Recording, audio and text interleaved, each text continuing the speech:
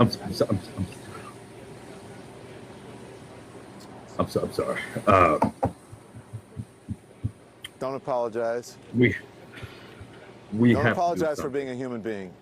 I was watching the interview you did with CNN. Can you just describe some of the emotions that you were feeling when you were talking about the video and about what happened to Tyre? Well, I'm a father.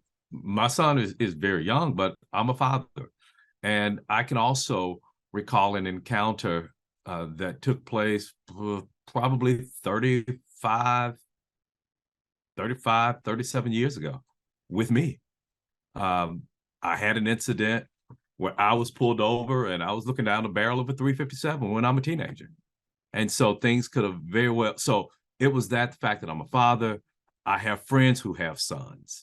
And I recall an incident when I was in college. And so being pulled over under false pretenses by law enforcement could have easily turned sideways, could have easily gone sideways. So there probably aren't any African-American peers of mine who has not had an encounter like that for being pulled over for false pretenses. And any of those things could have gone sideways, and there could have been dire consequences for me or people that I know.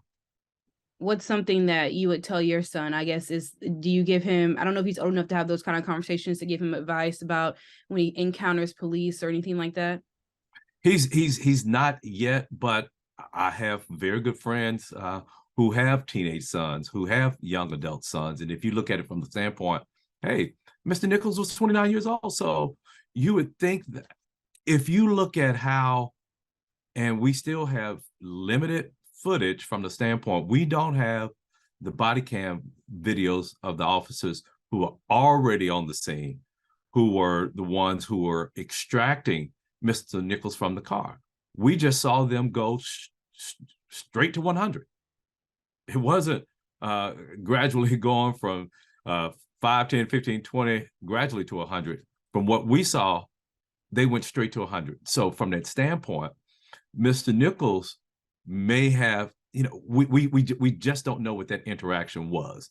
One of the things, as I'm thinking about some of the reforms that I want to see, there should be consequences for interactions with the public where officers fail to turn on their body camera, suspensions, fines, and then if it's multiple accounts where they do that, then termination.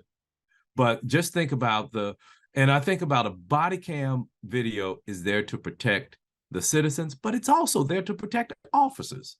So if we have some of these instances where police officers are being falsely accused of excessive force, if we have that video footage, it protects them as well.